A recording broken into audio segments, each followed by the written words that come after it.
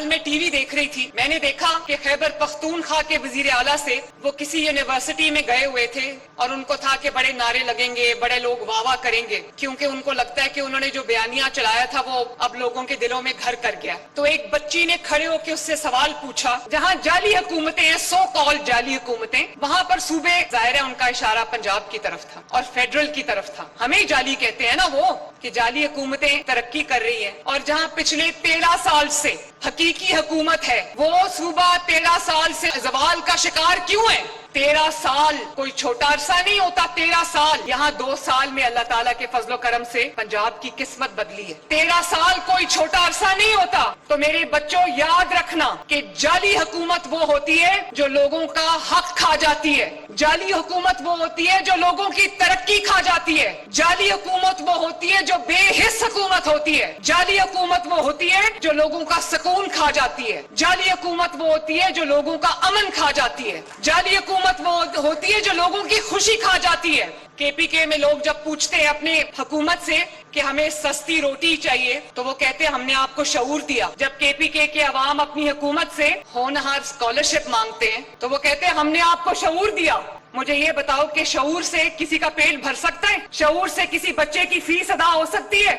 جب لوگ ان سے پنجاب کی طرح کا انفراسٹرکچر مانگتے ہیں, سڑکیں مانگتے ہیں, تو وہ کہتے ہیں ہم نے آپ کو شعور دیا. شعور پہ بیٹھ کے کالج جاؤ گے, شعور پہ بیٹھ کے روزگار پہ جاؤ گے, شعور پہ چل کے جو ہے وہ ہسپتال جاؤ گے, اور جب وہاں پر کہا جاتا ہے کہ ہمیں اچھے ہسپتال دو, پنجاب کی طرح اچھی علاج کی سہولت فراہم کرو, تو کہتے ہیں ہم نے آپ کو شعور دیا ہے. اب دوائیوں کی جگہ لوگ شعور کھائیں گے. اور ایک اور میں بات بتاؤں, ورکر کے لیے شعور الگ ہے اور وہاں پر حکمرانوں کے بچوں کے لیے شعور الگ ہے. ورکر کے لیے شعور یہ ہے کہ ورکر کے بچے کو کہا کہ فتنہ فساد پھیلا دو, دنگا فساد کر دو, آگ لگا دو, ملکی املاک کو جلا دو, اور وہ ورکر کا بچہ جو ہے وہ اس شعور کی وجہ سے آج جیل کی سلاخوں کے پیچھے بیٹھا ہے. اور اس بچی نے کہا کہ لوگوں کے, ورکروں کے, ووٹروں کے بچے تو اس وقت جیل میں سلاخوں کے پیچھے سڑ رہے ہیں, اور آپ کے بچے جن کے پاس انفلوئنشل سفارش تھی وہ آج جیلوں سے باہر آ کے اپنے اپنے محلات میں آرام کر رہے ہیں یا ملک سے دور جا چکے ہیں. اور شعور, ووٹر کے لیے شعور فرق ہے, ورکر کے لیے شعور فرق ہے,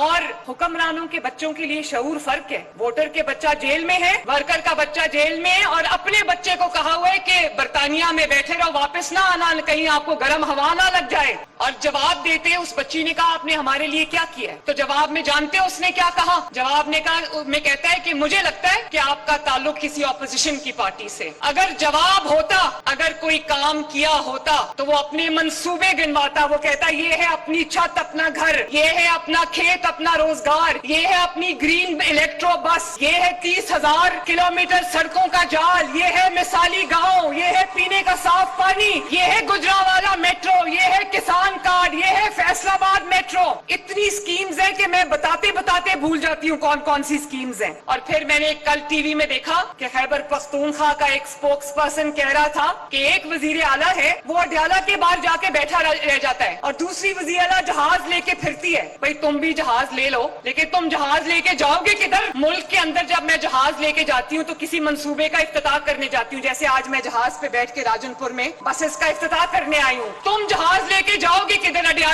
اڈیالہ میں جہاز لینڈ نہیں کرتا. اور ابھی انہوں نے کہا یہ برازیل چلی گئی جہاز لے کے. آپ جانتے ہو میں برازیل کیوں گئی تھی؟ برازیل والوں نے مجھے بلایا تھا کہ میں ستھرا پنجاب کا ماڈل برازیل میں پوری دنیا کو پریزنٹ کروں.